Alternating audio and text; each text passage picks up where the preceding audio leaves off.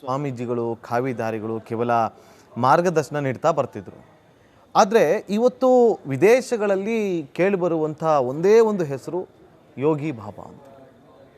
ಉತ್ತರ ಪ್ರದೇಶದ CM ಯೋಗಿ ಆದಿತ್ಯನಾಥ್ ಅವರು ಮುಖ್ಯಮಂತ್ರಿ ಆದ ಬಳಿಕ ಈಗಿರುವಂಥ ಅವರ ಬೆಳವಣಿಗೆ ನೋಡಿದ್ರೆ ಇವರು ಮುಂದಿನ ದಿನಗಳಲ್ಲಿ ಪ್ರಧಾನಿ ಅಭ್ಯರ್ಥಿ ಆದರೂ ಆಗಬಹುದು ಅಂತೇಳಿ. ಯಾಕೆಂದರೆ ಖಾವಿ ಧರಿಸಿದವರು ಕೂಡ ಜನರ ಸೇವೆಯನ್ನು ಹೇಗೆ ಮಾಡ್ಬೋದು ಅಂತ ತೋರಿಸ್ಕೊಟ್ರು. ಸೊ ಈಗ ಆ ವಿಚಾರಕ್ಕೆ ಏನು ಹೇಳ್ತೀರಿ? ಎಸ್, ಅದು ಒಂದು ರೀತಿಯಲ್ಲಿ ಹೇಗಾಗುತ್ತೆ ಅಂತಂದರೆ, ಯಾವುದೇ ರಾಜಕೀಯ ಪಕ್ಷದ ಜೊತೆ ಗುರುತಿಸ್ಕೊಳ್ಬಾರ್ದು ಅಂತ ನಾನು ಹೇಳಿದೆ. ಕೆಲವು ಸಂದರ್ಭಗಳೇನಾಗುತ್ತೆ, ವಾತಾವರಣ ಬಹಳ ಕೆಟ್ಟು ಹೋಗಿ ಕಾವಿಧಾರಿ ಅನಿವಾರ್ಯವಾಗಿ ಸ್ವಲ್ಪ ಮಟ್ಟಿಗೆ ತಿದ್ದುಪಡಿ ಕೊಡೋದಕ್ಕೆ ಬರಬೇಕಾಗುತ್ತೆ. ಈಗ ಚಾಣಕ್ಯ ಯಾವ ಪಕ್ಷದ ಜೊತೆ ಯಾವ ರಾಜನ ಜೊತೆ ಗುರುತಿಸ್ಕೊಂಡಿರಲಿಲ್ಲ.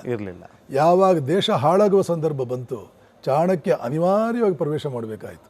ಅದೇ ರೀತಿ ವಿದ್ಯಾರಣ್ಯರು, ದಕ್ಷಿಣ ಭಾರತ ಸಂಪೂರ್ಣವಾಗಿ ಹದಗೆಟ್ಟು ಹೋಗಿಬಿಡುತ್ತೆ, ಧರ್ಮ ಸಂಪೂರ್ಣವಾಗಿ ಸತ್ತು ಹೋಗುತ್ತೆ ಅನ್ನೋ ಕಾಲದಲ್ಲಿ ತಪಸ್ಸು ಮಾಡಿ ಆ ಹಕ್ಕಬುಕ್ಕರು ಅವರಿಬ್ಬರನ್ನು ಹಿಡ್ಕೊಂಡು ಬಂದು ವಿಜಯನಗರ ಸಾಮ್ರಾಜ್ಯವನ್ನು ಕಟ್ಟಿ ದಕ್ಷಿಣ ಭಾರತದಲ್ಲಿ ದೊಡ್ಡ ರೀತಿಯಲ್ಲಿ ಬೇರೆ ಧರ್ಮಗಳ ಆಕ್ರಮಣ ಈ ಸನಾತನ ಸಂಸ್ಕೃತಿಯ ಮೇಲೆ ಆಗಿ ಇದು ಸಂಪೂರ್ಣ ನಾಶವಾಗುವ ಒಂದು ರೀತಿಯಲ್ಲಿ ಸಂದರ್ಭ ಇದ್ದಾಗ ಅದನ್ನು ತಡೆಯೋದಕ್ಕೆ ಅನಿವಾರ್ಯವಾಗಿ ಪ್ರವೇಶ ಮಾಡಿದರು. ನೀವು ಹೇಳೋ ಪ್ರಕಾರ ಆಗಿನ ಕಾಲದಲ್ಲಿ ಜನಸಾಮಾನ್ಯ ಸಮಸ್ಯೆ ಆಗೋಯ್ತು ಅಂದರೆ ಋಷಿಮುನಿಗಳ ಹತ್ರ ಓಡೋಗ್ತಿದ್ರು ಸಮಸ್ಯೆ ಬಗೆಹರಿಸಿ ಅಂತೇಳಿ. ಇವತ್ತು ಜನರ ಸಮಸ್ಯೆ ನೋಡು ಕೂಡ ಕುತ್ಕೊಂಡಿದ್ರೆ ಸರಿ ಹೋಗಲ್ಲ ಅಂತೇಳಿ ಅವರೇ ಬರ್ತಾ ಇರೋದು ಒಳ್ಳೇದು ಅಂತ ಹೇಳ್ತೀರಾ? ಇಡೀ ದೇಶದ ಕ್ಷತ್ರಿಯ ಕುಲ ಸಂಪೂರ್ಣವಾಗಿ ಹದಗೆಟ್ಟು ಹೋಗಿದ್ದಂಥ ಕಾಲ ಒಂದಿತ್ತು. ಬ್ರಾಹ್ಮಣನಾಗಿದ್ದಂಥ ಪರಶುರಾಮ ಆವತ್ತು ಶಿವನನ್ನು ಕುರಿತು ತಪಸ್ಸು ಮಾಡಿ ಆಯುಧವನ್ನು ತಗೊಂಡು ಈ ಕ್ಷತ್ರಿಯ ಕುಲಕ್ಕೆ ಸ್ವಲ್ಪ ಬುದ್ಧಿ ಕಲಿಸಬೇಕು ಅಂತ ಅಂದ್ಕೊಂಡು ಬಂದ. ರಾಮ ಬರುವವರೆಗೆ ಅವನು ಕ್ಷತ್ರಿಯ ಕುಲಕ್ಕೆ ಒಂದು ಹದ್ದುಬಸ್ನಲ್ಲಿಟ್ಟಿದ್ದ, ರಕ್ಷಾ ಕವಚವಾಗಿ ಹದ್ದುಬಸ್ನಲ್ಲಿಟ್ಟಿದ್ದ. ನಿಮ್ದು ಬಹಳ ಆಯಿತು, ಯಾಕೆಂದರೆ ಸ್ವಯಂ ಅವನ ತಂದೆಯನ್ನೇ ಕಾರ್ತಿವೀರ್ಯಾರ್ಜುನ ಕೊಂದು ಹಾಕಿದ್ದ. ಬಹಳ ಆಯಿತು ನಿಮ್ಮದು. ನನ್ನ ತಂದೆಯನ್ನು ಕೊಲ್ಲೋದಕ್ಕೆ ಕಾರಣ ಏನು? ಕಾರಣ ಇಷ್ಟೇ, ಒಂದು ಕೌನ್ಸಿಲ್ ಆಫ್ ಸೇಜಸ್, ಒಂದು ಋಷಿಗಳ ಒಂದು ಸಮಾವೇಶದಲ್ಲಿ ಎಲ್ಲ ಋಷಿಗಳು ಸೇರಿ ನೋಡಿ ಸಮಾಜಕ್ಕೆ ಇಂತಿಂಥ ನಿಯಮಗಳನ್ನು ತನ್ನಿ ಚೆನ್ನಾಗಿರುತ್ತೆ ಅಂತ ಹೇಳೋ ಕಾಲದಲ್ಲಿ ಈ ಕಾರ್ತಿವೀರ್ಯಾರ್ಜುನ ಅದನ್ನು ವಿರೋಧಿಸಿ ಆ ಸಮಾವೇಶದ ಅಧ್ಯಕ್ಷರಾಗಿದ್ದಂಥ ಜಮದಗ್ನಿಯನ್ನು ಕೊಂದು ಹಾಕಿಬಿಟ್ಟ. ಕೊಂದು ಹಾಕೋದು ಏನಿದೆ? ತಪಸ್ವಿಯಾದಂಥ ವ್ಯಕ್ತಿಯನ್ನು ಕೊಂದು ಹಾಕಿಬಿಡೋದು ಅಂದರೆ ಏನು? ರೊಚ್ಚಿಗೆದ್ದಂಥ ಪರಶುರಾಮ ಇವರಿಗೆಲ್ಲ ಬುದ್ಧಿ ಕಲಿಸಬೇಕಂತ ಹೇಳಿ ಶಿವನನ್ನು ಕುರಿತು ತಪಸ್ಸು ಮಾಡಿ ಆಯುಧಗಳನ್ನು ಪಡ್ಕೊಂಡು ಕಾರ್ತಿವೀರ್ಯಾರ್ಜುನ ಅಷ್ಟೇ ಅಲ್ಲ, ಅವನ ಬೆಂಬಲಿಗರಾಗಿದ್ದಂಥ ಅಂದಿನ ಹಲವಾರು ಜನ ಕ್ಷತ್ರಿಯ ರಾಜರನ್ನು ಕೊಂದು ಹಾಕದ ಹದ್ದುಬಸ್ನಲ್ಲಿಟ್ಟ. ಎಲ್ಲಿವರೆಗೆ? ರಾಮ ಬರೋವರೆಗೆ. ಯಾವಾಗ ರಾಮ ಬಂದ, ಈ ಕ್ಷತ್ರಿಯ ಸರಿಯಾಗಿದ್ದಾನೆ, ಸನ್ಮಾರ್ಗದಲ್ಲಿದ್ದಾನೆ, ಇನ್ನು ಮುಂದೆ ಇವನ ಒಂದು ನೇತೃತ್ವದಲ್ಲಿ ಪರವಾಗಿಲ್ಲ, ದೇಶ ಸರಿಯಾಗಿ ನಡೆಯುತ್ತೆ ಗೊತ್ತಾದ ಮೇಲೆ ಸ್ವಯಂ ಪರಶುರಾಮ ರಾಮನ ಕೈಗೆ ಆ ಜವಾಬ್ದಾರಿ ಕೊಟ್ಟು ಹೋಗಿ ತಪಸ್ಸಿಗೆ ಹೋದ. ಇನ್ನು ಮುಂದೆ ಆದಿತ್ಯನಾಥ್ ಅವರು ಕೂಡ ಹಾಗೆ ಹೋಗ್ತಾರೆ ಅಂತ ಆಗಬಹುದು, ಹೇಳೋಕ್ಕಾಗಲ್ಲ. ಚಾಣಕ್ಯ ಹಾಗೆ ಮಾಡ್ದ. ಚಾಣಕ್ಯ ಚಂದ್ರಗುಪ್ತನನ್ನು ತಂದ ಮೇಲೆ ನಂದರನ್ನು ಬಡಿದು ಆ ಕಡೆ ಹಾಕಿ ಚಂದ್ರಗುಪ್ತನಂತಹ ಒಬ್ಬ ಯೋಗ್ಯ ಅಮಾತ್ಯ ರಾಕ್ಷಸನಂತ ಒಬ್ಬ ಪ್ರಧಾನಮಂತ್ರಿ ಸಿಕ್ಕಿದ ಮೇಲೆ ಚಾಣಕ್ಯ ಹೊರಟೋಗ್ಬಿಟ್ಟು ತಪಸ್ಸಿಗೆ ಹೋದ, ರಾಜಧಾನಿಯಲ್ಲಿ ಕೂತ್ಕೊಳ್ಳಲಿಲ್ಲ. ವಿದ್ಯಾರಣ್ಯರಂತೂ ಅಲ್ಲೇ ಇದ್ದುಕೊಂಡು ಅವರಿಗೆ ಬದುಕಿದ್ದಷ್ಟು ದಿನ ಸರಿಯಾಗಿ ಮಾರ್ಗದರ್ಶನ ಕೊಟ್ಟರು. ಸಮರ್ಥ ರಾಮದಾಸರು ಶಿವಾಜಿಗೆ ಆವಾಗ ಸರಿಯಾದ ಮಾರ್ಗದರ್ಶನ ಕೊಟ್ಕೊಂಡು ತಂಪಾಡ್ತಾ ಗುಡಿಸಲಲ್ಲಿ ಕೂತರು. ಅದೇ ರೀತಿ ಯೋಗಿ ಆದಿತ್ಯನಾಥ್ ಕೂಡ ಒಂದು ಸ್ಟೇಜಿಗೆ ಬಂದು ಪರವಾಗಿಲ್ಲ ವಾತಾವರಣ ಸರಿಯಾಗಿದೆ ಅಂತಂದಾಗ ಹೋಗಬಹುದು ಅಥವಾ ಉಳಿಬಹುದು. ನಮಗೆ ಅಲ್ಲೆಲ್ಲೋ ಪ್ರೊಟೆಸ್ಟ್ ಆದರೆ ಯೋಗಿ ಆದಿತ್ಯನಾಥ್ ಅವ್ರನ್ನ ಕಳಿಸಿ ಅಲ್ಲಿ ಕೇಳಿ ಬರುವಂಥದ್ದು ಹೆಸರು ಯೋಗಿ ಅಂತೇಳಿ.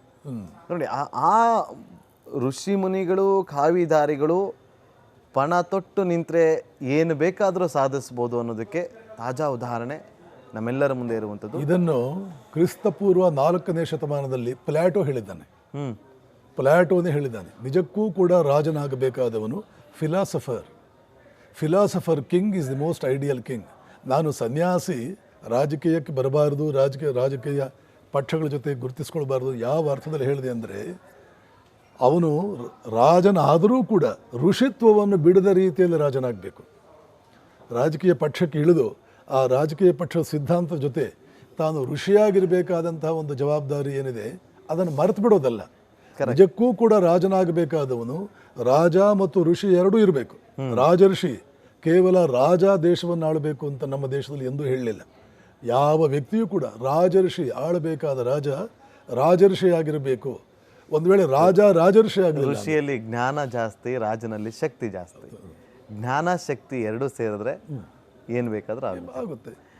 ಇನ್ನು ನಿಜಕ್ಕೂ ಹೇಳಬೇಕು ಅಂದರೆ ಕ್ಷತ್ರಿಯನಿಗೆ ಮತ್ತು ಬ್ರಾಹ್ಮಣನಿಗೆ ಹಿಂದಿನ ಕಾಲದಲ್ಲಿ ಗುರುಕುಲ ಪದ್ಧತಿ ಇದ್ದಂಥ ಕಾಲದಲ್ಲಿ ಇವರಿಬ್ಬರಿಗೂ ಕೂಡ ಒಂದೇ ರೀತಿಯ ಸಿಲೆಬಸ್ ಇರ್ತಿತ್ತು. ಸಂದರ್ಭ ಬಂತು ನೋಡಿ, ದ್ರೋಣಾಚಾರ್ಯ ಮನಸ್ಸು ಮಾಡಿದರೆ ಒಬ್ಬ ರಾಜ ಆಗಬಹುದಾಗಿತ್ತು. ಹುಟ್ಟಿನಿಂದ ಅವನು ಬ್ರಾಹ್ಮಣ, ರಾಜನಾಗಬಹುದಾಗಿತ್ತು. ಹೇಳ್ದವನು ತನ್ನ ಸ್ನೇಹಿತ ದ್ರುಪದರಾಜನಿಗೆ, ಶಾಪಾದಪಿ ಶರಾದಪಿ, ಶಾಪ ಕೊಟ್ಟು ನಿನ್ನನ್ನು ಹಾಳು ಮಾಡಬಲ್ಲೆ, ಬಾಣವನ್ನು ಬಿಟ್ಟು ಕೂಡ ನಿನ್ನನ್ನು ಹಾಳು ಮಾಡಬಲ್ಲೆ. ಬಾಣ ಬಿಡೋದಕ್ಕೂ ನನಗೆ ಗೊತ್ತು, ಶಾಪ ಕೊಟ್ಟು ನನ್ನನ್ನು ಸಂಪೂರ್ಣವಾಗಿ ನಾಶ ಮಾಡೋಕ್ಕೆ ನನಗೆ ಗೊತ್ತು. ದ್ರುಪದ ಸ್ನೇಹಿತ, ನನಗೆ ಅವಮಾನ ಮಾಡ್ತಾ ಇದೀಯ. ನೀವು ಹಿಂದೆ ಒಂದು ಕಾಲದಲ್ಲಿ ನಾನು ರಾಜನಾದ ಮೇಲೆ ನಿನಗೆ ಸಹಾಯ ಮಾಡ್ತೇನೆ ಅಂತ ನೀನು ಅಂದಿದ್ದಕ್ಕೆ ನಾನು ನಿನ್ನ ಹತ್ರ ಬಂದೆ. ಈಗ ನೋಡಿದ್ರೆ ನೀನು ಅವಮಾನ ಮಾಡ್ತಾ ಇದೀಯ ನನಗೆ. ಆದರೆ ನೆನ್ಪಿಟ್ಕೋ, ಶಾಸ್ತ್ರದಲ್ಲಾಗಲಿ ಶಾಪದಲ್ಲಾಗಲಿ ನೀನು ನಿರ್ನಾಮ ಮಾಡಬಲ್ಲೆ, ಆದರೆ ಬೇಡ, ಅದನ್ನು ನಾನು ಬೇರೆ ರೀತಿಯಲ್ಲಿ ಮಾಡ್ತೇನೆ ಅಂತ ಹೇಳ್ಬಿಟ್ಟು ಹೊರಟೋದ. ಹೀಗಾಗಿ ಸಂದರ್ಭ ಬಂದರೆ ಋಷಿಯಾದವನು ಸಿಂಹಾಸನವನ್ನು ತನ್ನ ಕೈಗೆ ತಗೊಂಡು ದೇಶದಲ್ಲಿ ಆಡಳಿತ ಇಲ್ಲ ಸುವ್ಯವಸ್ಥೆಗೆ ಬರುವವರೆಗೂ ಅವನೇ ಜವಾಬ್ದಾರಿ ತಗೊಂಡು, ಆಮೇಲೆ ಅಧಿಕಾರದ ಯಾವ ಮೋಹವೂ ಇಲ್ಲದೆ ಸರಿಯಾದ ರಾಜ ಸಿಕ್ಕಿದ ಮೇಲೆ ಅವನಿಗೆ ಜವಾಬ್ದಾರಿ ಕೊಟ್ಟು ಅವನು ವಾಪಸ್ ಹೋಗಿ ತನ್ನ ಋಷಿ ಜೀವನಕ್ಕೆ ಹೋಗಬೇಕು ಅಂತ ನಮ್ಮ ದೇಶದಲ್ಲಿ ಇರೋದು.